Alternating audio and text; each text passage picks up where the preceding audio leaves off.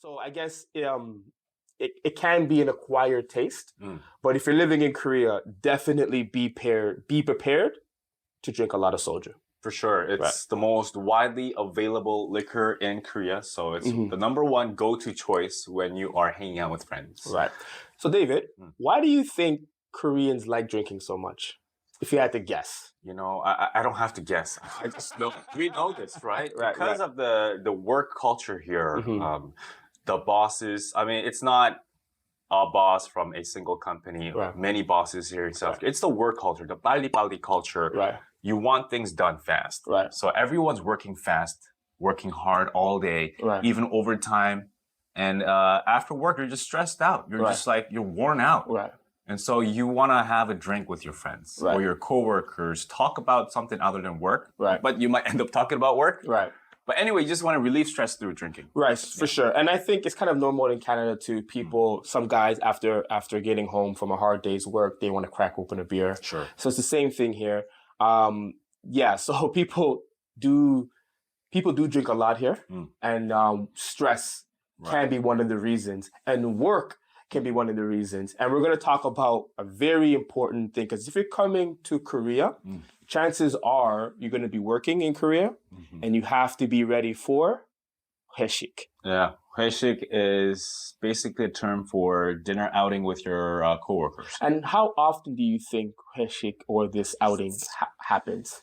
That's a difficult question to answer right now because of COVID. Right. I know as of last month, January 31st, or 30th or whatever, the mask restrictions have been lifted, so people can go out now and enjoy drinking whatever. Right.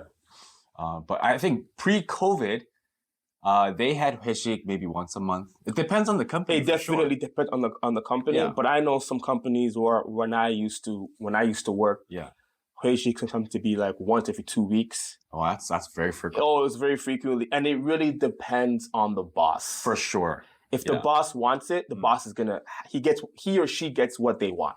And we can definitely talk more about boss and work culture in our next video. Because it's very different. That's a whole topic. Right. Yeah. But at 회식, usually you have to, you go with your coworkers, usually go to maybe samgyeopsal or whatever. And there is some drinking manner also. It's going to be difficult for some of you to digest this one. Right. But we should make a whole video about drinking manner because this helped me tremendously to actually assimilate to Korean culture, because the drinking culture is so predominant here. For sure. And so I'll give you a couple quick tips if you're drinking with your coworkers, if you're listening. When you are pouring a drink, you want to pour with two hands, either hand on the bottle, of course, and hand elbow like this under here, or even like holding the bottle like this, and you want to pour. And never pour your own drink at the beginning, especially at the beginning. It's bad luck. It's considered kind of rude. Yeah. And when you are receiving a drink, when someone's pouring you a drink, you want to also show manner. And most important thing is, and all your coworkers, especially if you're new to Korea, will really enjoy this.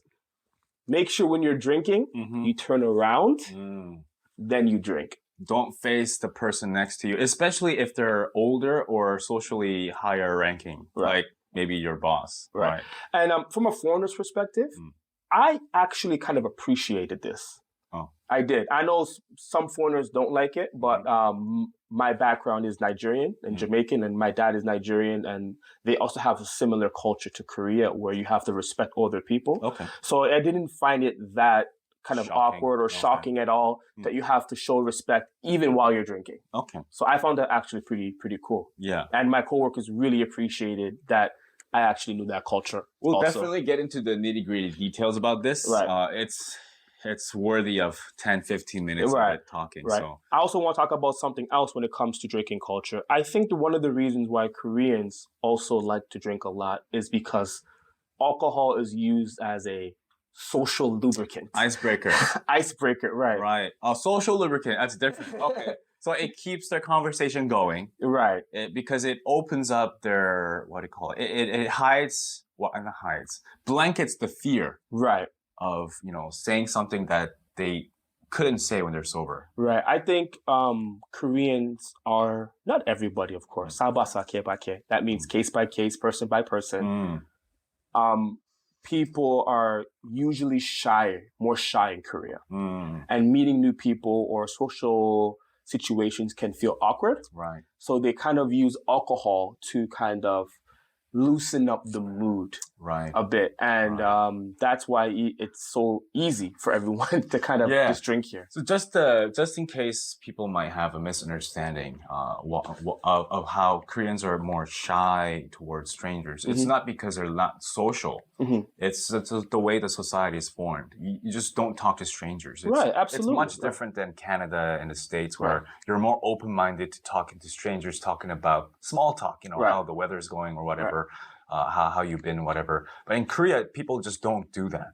So, and because of that culture, people are less likely to talk to another unless there's something going on. Right. I.e., if there's a drink and you have something in you and that's taking over your body, you're more encouraged to make the conversation. Right. Yeah. So I think that's definitely a good point to talk about when it comes to alcohol. So anything else you want to add when it comes to alcohol? I sure do. We have a lot, but they're all kind of like interlinked with another theme. Sure.